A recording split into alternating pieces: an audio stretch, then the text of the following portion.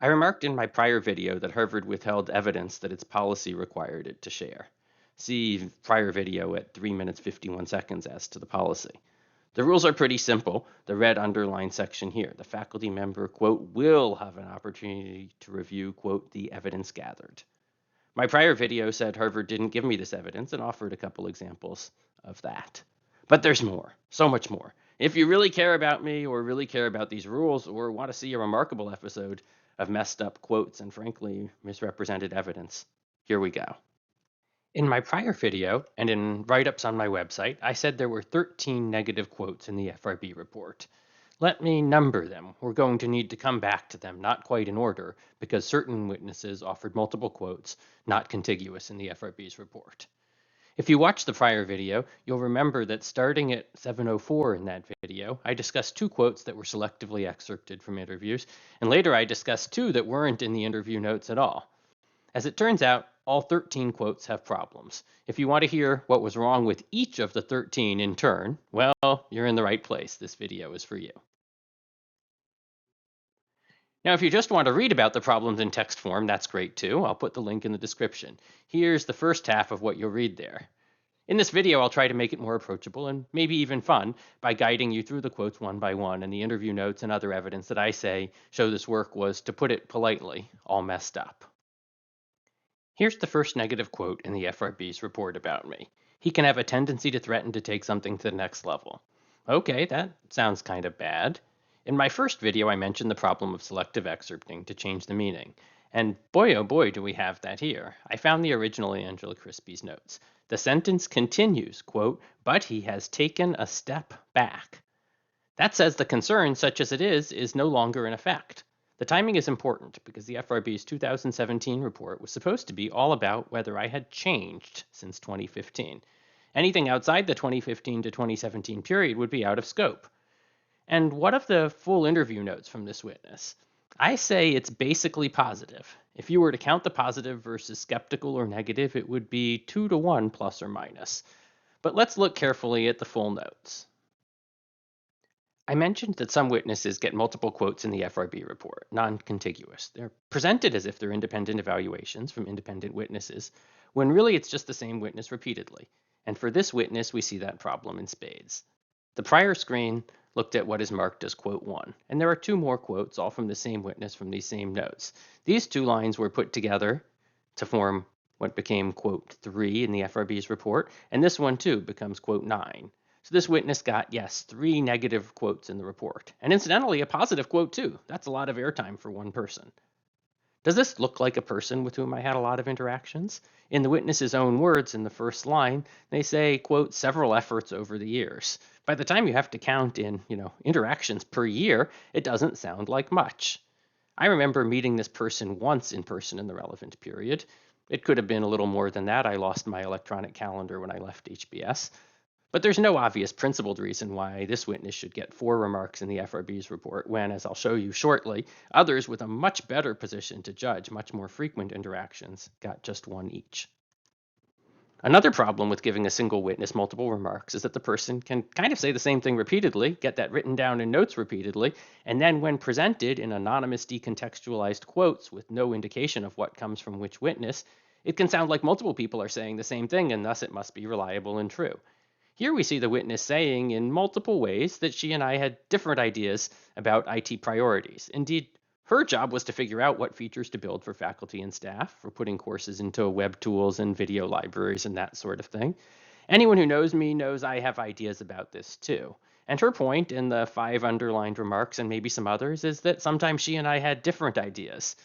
If she didn't build the feature I envisioned, she said, sometimes I said I would. And that's probably true. We're talking about web apps. They can be customized with JavaScript and browser plugins and various little macros.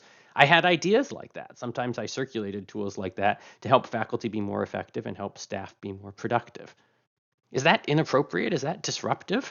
To write tools for my colleagues to use, you could say that's creative, it's helpful, frankly, it's innovative. This is the best way to build a prototype before HBS IT builds it for real, as they sometimes did when my tools really took off. IT had limited resources, they couldn't build everything, and faculty and staff demand was infinite. Who exactly had the right to tell me no, that I couldn't spend my free time this way? Well, These notes, of course, indicate no effort to figure out who was right, what work I suggested, why I thought it was important, what alternatives I devised or said I could devise. And the users of my tools, at one point including various deans and about half the administrative assistant staff, certainly liked them because I solved problems for them. I made them look good. By taking all three of these quotes, kind of saying the same thing, the FRB made it sound like there was some widespread and widely agreed problem. There was not. There's also the blue remark that with redacted, who the name is we don't need to discuss, I took a step backwards. That refers to work I did to help a colleague who had a vision disability that made it hard for her to teach in the HBS MBA classroom, which was focused on discussion, so she really needed to know whose hands were up and who she could call on. At first, HBS staff couldn't find a solution for her, so they relieved her from teaching. Later, they suggested a helper would stand next to her and whisper names in her ear. I said I could build a system to let her teach independently, which I thought she'd probably prefer, and she certainly agreed with that.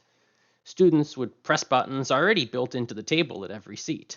My software knew who was officially seated in each seat, knew which buttons had been pressed, and would pick a student's name, play the name into a wireless earpiece, show the name in huge font on a big screen she could just barely read, even draw an arrow so she could turn her face and body to address that student when calling on them.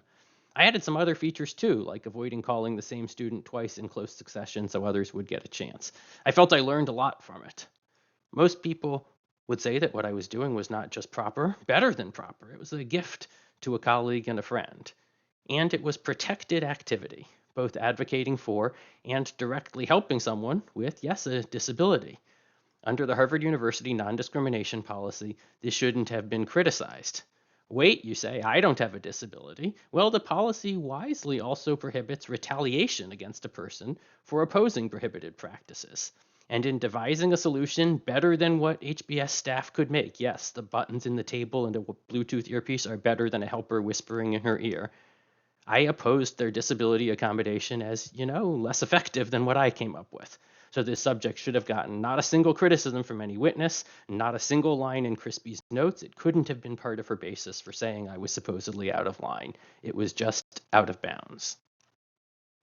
This quote is another instance of selective excerpting. The quote in the report sounds negative, but when you check the source, it continues for 4 more sentences in a way that really changes the valence of the remarks. I'd like to think I'm sharp and ask decent questions, add these sentences, and I think it's clear the witness thinks I'm fine or better than fine.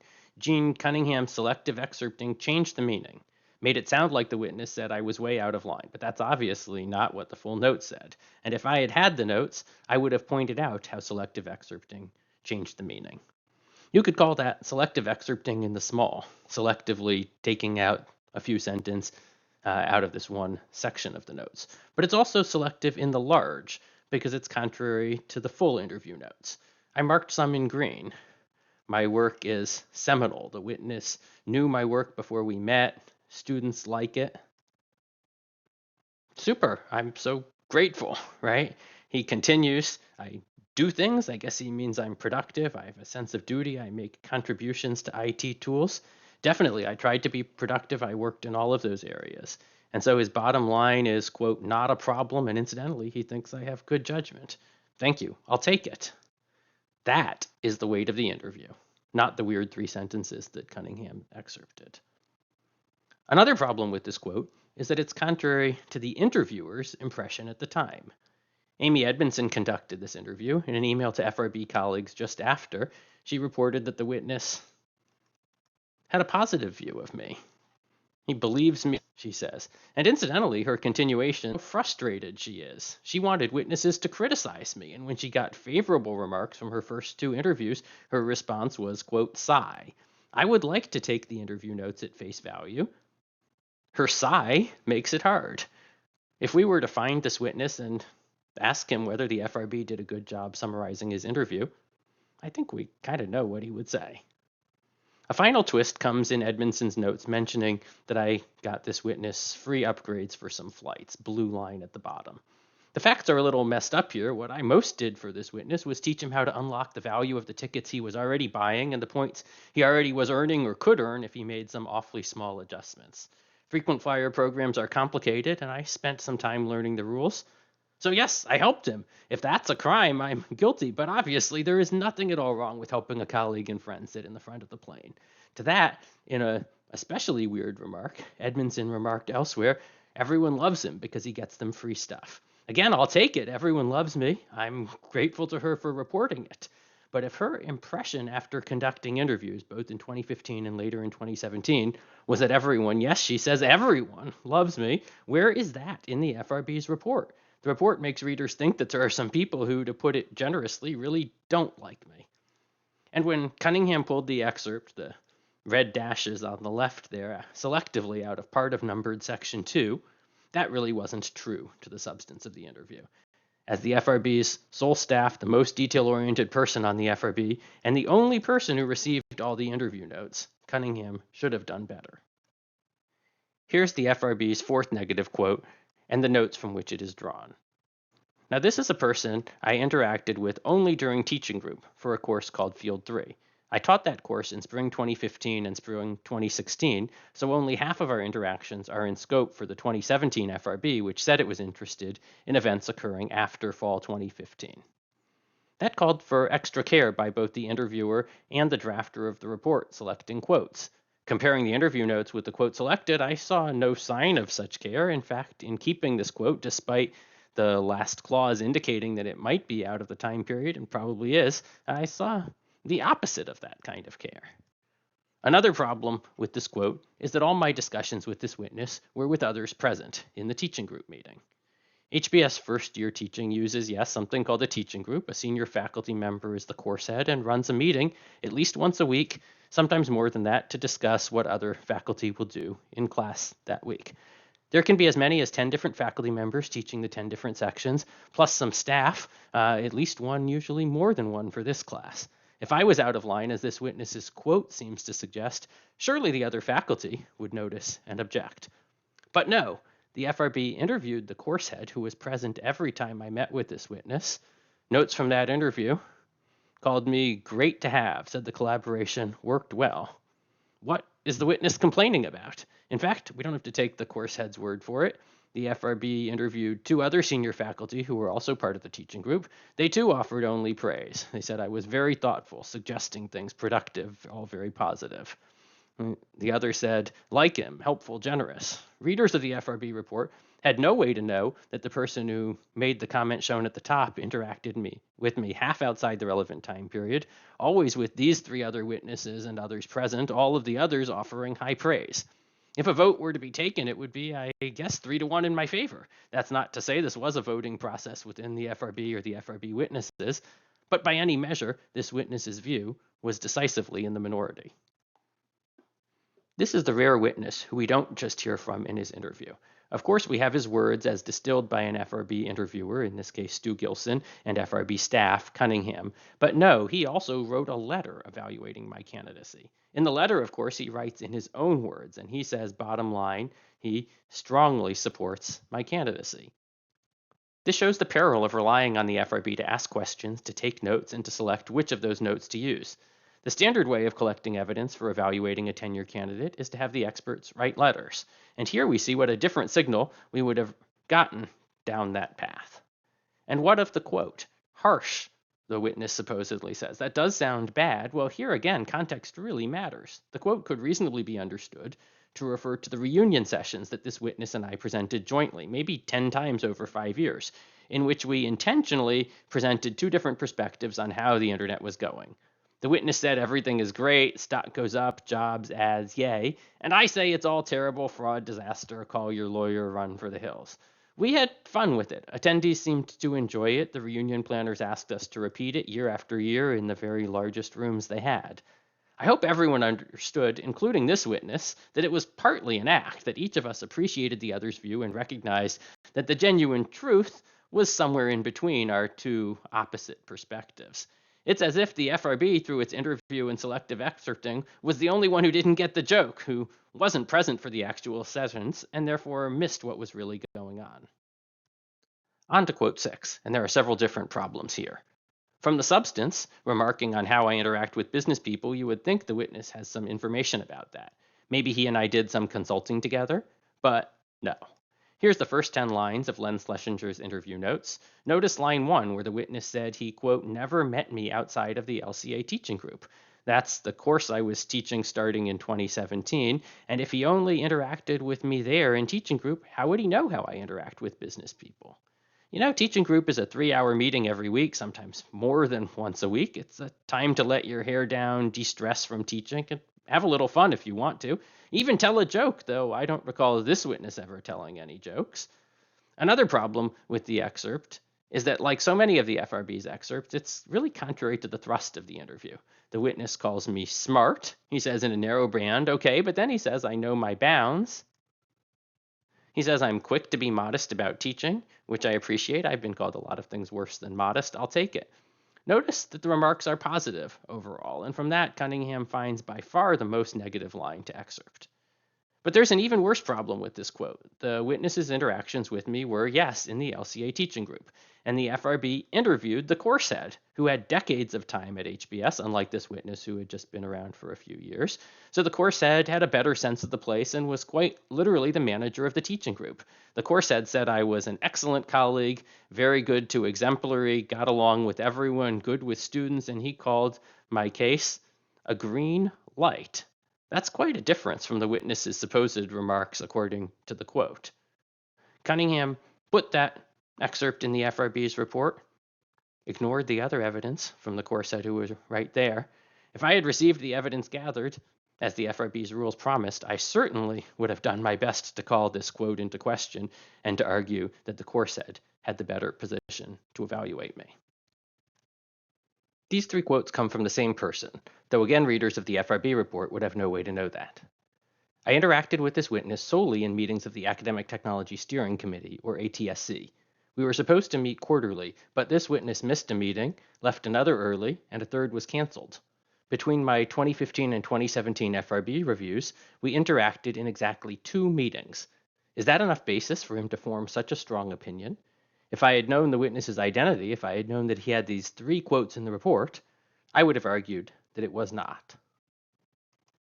A second problem with this witness's remarks is that others were present for all interactions, all ATSC meetings, and they described me quite differently. A faculty member present for all the ATSC meetings told an FRB interviewer that I left, quote, no impression at all. That's surprising. I spoke, I had ideas, I'm not usually forgettable, but if that was as terrible as this witness said, surely everyone present would notice and remember. Meanwhile, a staff member present at all the ATSC meetings said he had nothing but positive things to say, said I was a good colleague, went above and beyond, called me, quote, perceptive, said he's glad he'll interact with me and loves to work with me. Again, if I were has changed my mind. I have all my email, so I looked for discussions with him. I found one where I told him I changed my mind. I was questioning a new IT system that required as many as 70 clicks, yes, 70, if a course had found an error in an assignment to the MBA first-year curriculum. That's because the change had to be made in one place, then copied to 10 other places, 7 clicks per copy.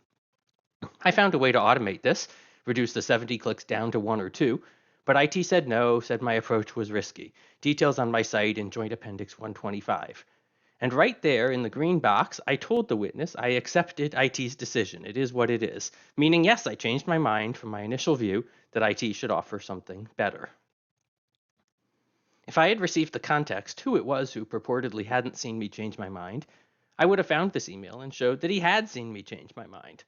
Plus, if I had had the FRB's other evidence, I would have found other places, like these 4, where other people said that I changed my mind. The FRB gathered enough evidence that, yes, there are examples like this. I would have used that evidence to counter mistaken claims. And what of that witness's final comment in the report, quote, incapable of seeing why his preferred solution can't or won't be implemented? What was that witness talking about? Unusually, the FRB's notes, here written by FRB member Stu Gilson, tell us. I found the quote, and usefully the witness told us, and Gilson wrote down, what the witness was talking about. The witness says faculty often want to be video recorded, which he doesn't think is a good idea. He says I push back, don't agree to do it the way he thinks it should be done.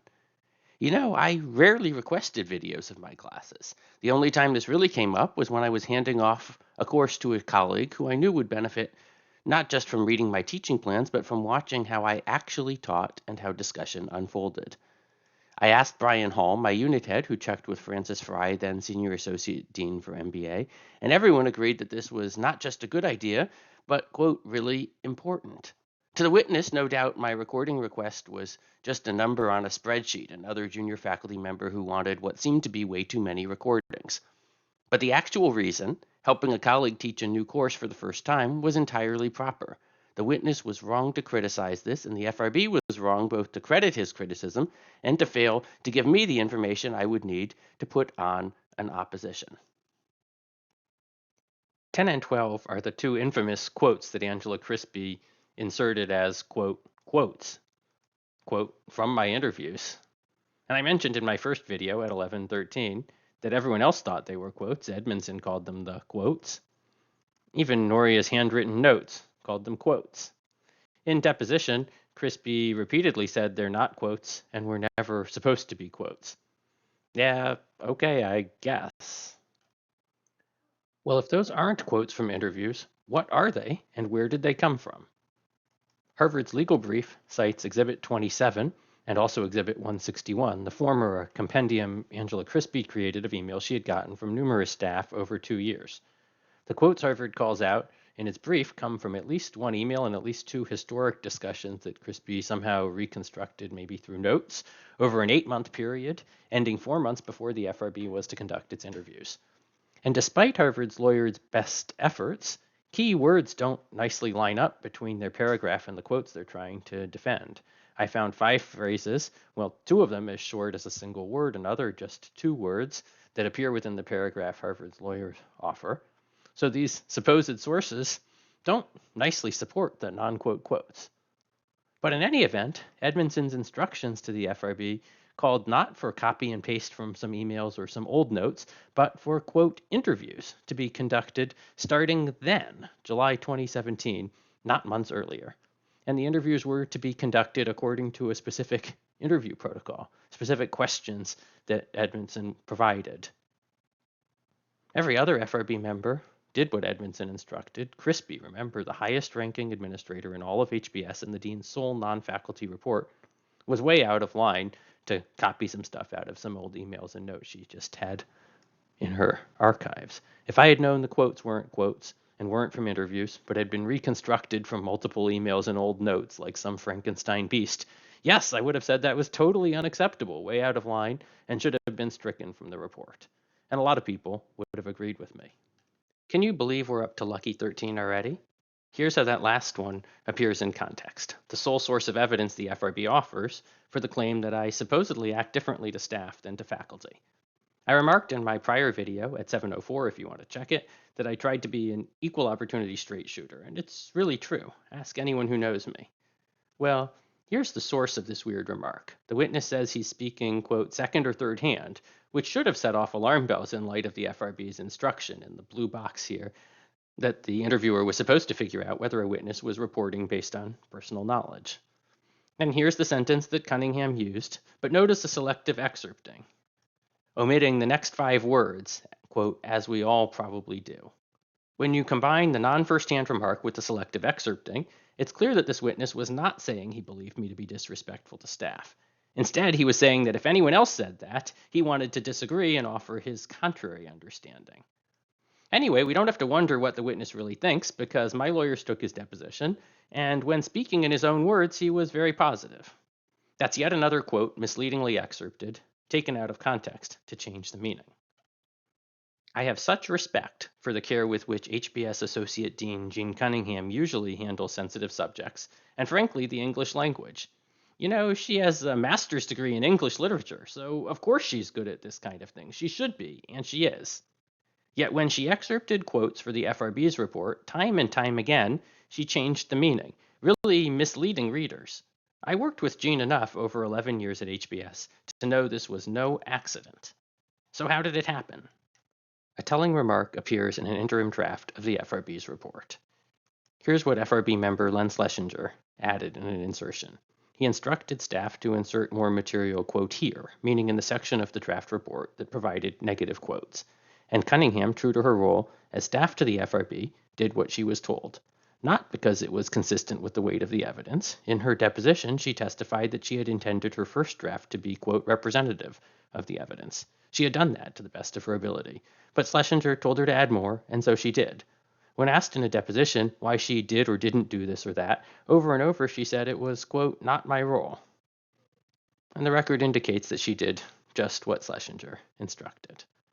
On some level, Cunningham was surely right that Schlesinger was her boss, so she had to do what he said. But the FRB delegated an important responsibility to her. First, to draft the report to the best of her ability, representative of the evidence, but also to have the evidence and read the evidence, to know the evidence. In fact, nothing in the record indicates that Schlesinger even had other people's interview notes. Other witnesses said they didn't receive each other's notes, and Schlesinger never said he did. His remark isn't that he read other people's notes and he thinks Cunningham did a bad job summarizing them. No, he says that given where the report ends up, more negative evidence is needed, regardless of what's in the notes, regardless of what the underlying evidence is.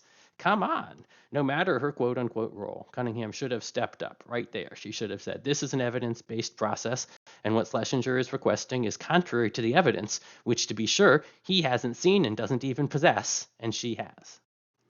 The last-minute additions included 4 of Cunningham's sloppiest entries. There's this one, which became the second quote in the FRB's report, sloppily omitting 4 sentences that negate the first 3. This one, a 4th quote from a single witness who I interacted with in person as little as once in the relevant period.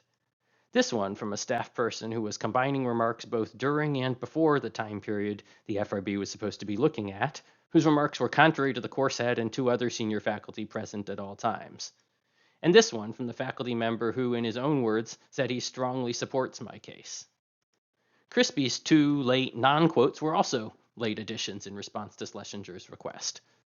So much can be said about why it was wrong for the FRB to prejudge the outcome. Fundamentally, it was unfair to me, and it was obviously not what the rules called for.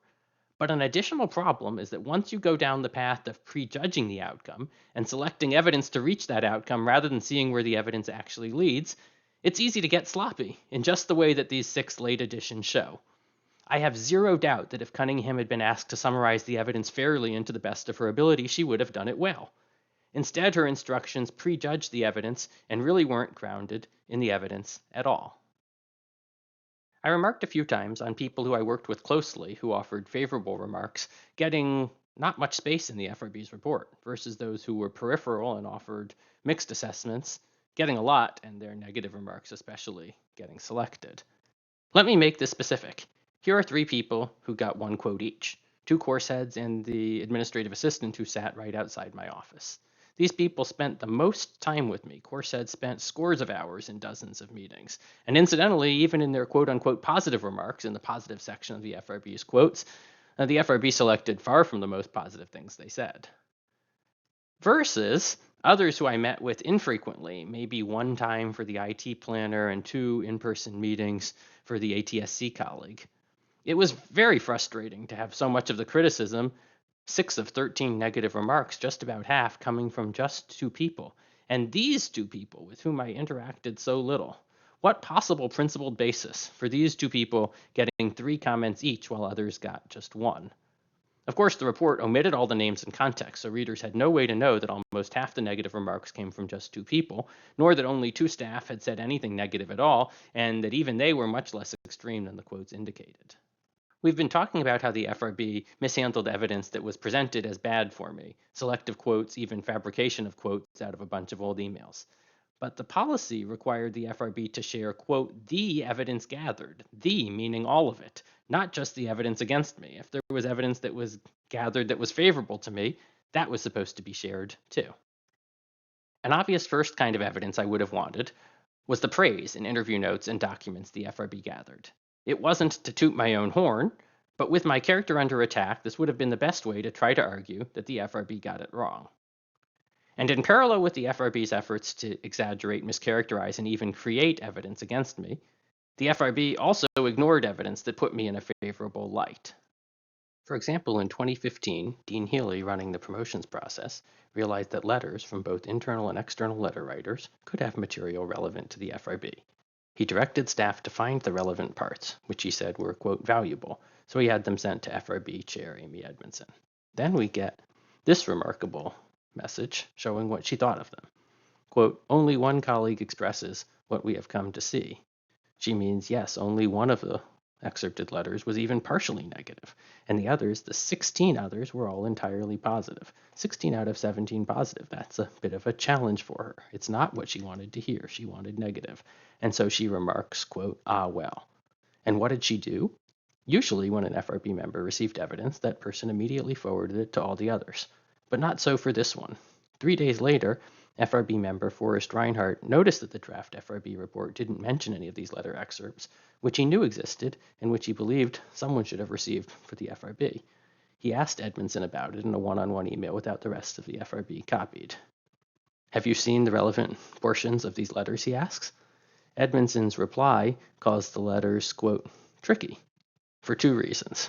Her first reason is that only one letter expressed concern, meaning the rest are positive.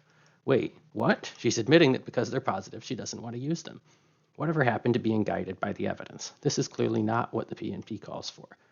Her second stated reason is that I'll see the report. But that's also no reason to withhold evidence she received.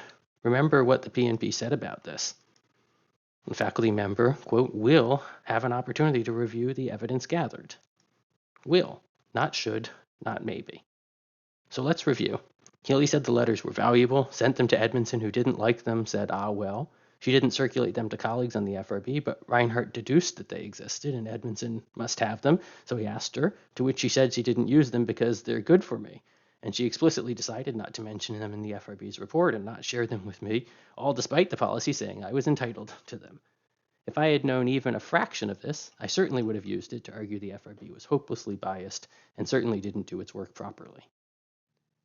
Let me give you a final example of FRB members expressing disappointment at evidence that was favorable to me and concealing that evidence from both me and readers of its report. Every classroom on the HBS campus has 3 beautiful screens. In 2013, HBS staff wanted to make the screen aspect ratio, that's the ratio of the width to the height, 16 by 10, meaning kind of wide, no longer 4:3, which is closer to square, since widescreen was becoming normal on most computers, most screens, and projectors too. There was some talk of redoing the woodworking to make the screens genuinely wider, like this, but that would have been costly. It would have required what, carpentry? No one wanted to do it. Instead of making the screens wider, HBS staff decided to make them shorter top to bottom. That would reduce the screen size in square feet, but it would match the modern wide style, and some people thought that was a plus. Initially, they changed only the center projectors, like this, taking away the bottom of the center screen. If a faculty member arrived with 4:3 content, what had been normal for more than a decade, it would look like that. Black bars on the side, losing a 1/6 on the sides and a 1/6 at the top. Do the math, that's a reduction of 11/36 or 31%. If faculty member changed to 16 by 10, the center screen would lose just 1/6, but then the side screens would get reduced by 1/6. I thought this was a lot of reduction. Anyone in the back row, or with less than great vision, would struggle to read the details. I found out about those changes in my annual classroom walkthrough about a week before the semester began. I always tested my unusual classroom technology each year, plus I liked to meet the technicians I'd be working with. I was surprised by what I saw, not exactly thrilled, so I wrote to colleagues who I knew used detailed slides that, quote, will be stuck with it. That was unhappy acceptance, but still acceptance. One of my colleagues forwarded my report to Youngmi Moon, dean of the MBA program. She soon replied to me to say she was learning about this for the first time, and she was, quote, upset. She understood the problem of changing slides to a different aspect ratio. Anyone who has done this knows it is, as she calls it, a headache. To IT, Dean Moon was really quite forceful. She called this less than optimal. By the norms of HBS, that's code for you screwed up. Soon staff were feeling glum, realizing that they had bought all these projectors for a dozen plus identical classrooms without checking what faculty wanted. In the resulting discussions, I suggested a workaround. Keep the new projectors, but with the prior normal-shaped screen, wasting a little resolution and brightness, but preserving screen size so nothing would get smaller and faculty wouldn't have to change their materials. And that's what IT ultimately did, in time for the first day of class, so most faculty never even learned about the issue. Sounds good, right? But this is tragically relevant to the FRB proceedings. Here's how. The FRB in 2015 criticized me for actions relating to projectors. You know, there were some tense discussions as faculty explained why smaller screens without notice weren't what we wanted. Meanwhile, staff thought the change was necessary, plus the new projectors were already bought and already installed. Could they even be taken out? The FRB laid a lot of the blame for this on me, as if the problem was my fault, when really I was just the one who first noticed it. From the story as I've told you, you wouldn't think I did anything wrong. Dean Moon's emails certainly don't suggest I did anything wrong. In fact, in a final message, she said she was, quote, so grateful and said I'm a freaking genius. She sounds more than happy. When I read the FRB's criticism of me in projectors, I got in touch with Moon, who in parallel wrote to the FRB. Here's part of what she told them, presenting me positively, contrary to the FRB draft report. Edmondson was concerned that the report was so different from what Moon said. She told FRB colleagues she was, quote, a bit anxious and said the FRB is, quote, likely to face a need to revise the report. She had it right. New evidence. They should have admitted they got the facts wrong and made revisions. Somehow others on the FRB talked her out of it, and they made no change. I brought up this example not to explain the history of projector aspect ratios, though I do love the subject, but because I said the FRB mishandled evidence. And they did. Remember, the PNP rules required the FRB to give me, quote, the evidence gathered. Moon had written to the FRB, the back message still partially visible. But the FRB didn't give me that message, didn't give me that evidence, so I couldn't use it in my defense. I was fortunate that I already had other emails from Dean Moon, such as saying she was, quote, so grateful to me, so I could at least use those. But under the rules, the FRB had to give me, quote, the evidence gathered. Here again, they did not. They had the evidence, they recognized its importance, yet they admitted its existence neither to me nor to readers of the report. The FRB was also out of line in its preformed conclusion and its search for evidence to support that conclusion, rather than gathering evidence and following where it leads. Notice this additional line, green underlining, in Edmondson's message to FRB colleagues. When Moon praised what I did, Edmondson said projectors was, quote, not the right one to pick. Hold on, what makes one piece of evidence, quote, the right one?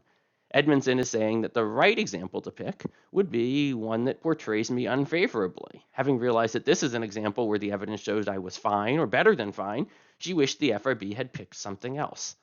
That's a process driven by the predetermined conclusion, the opposite of following the evidence. It's not right, and it's certainly not what the PNP rules called for.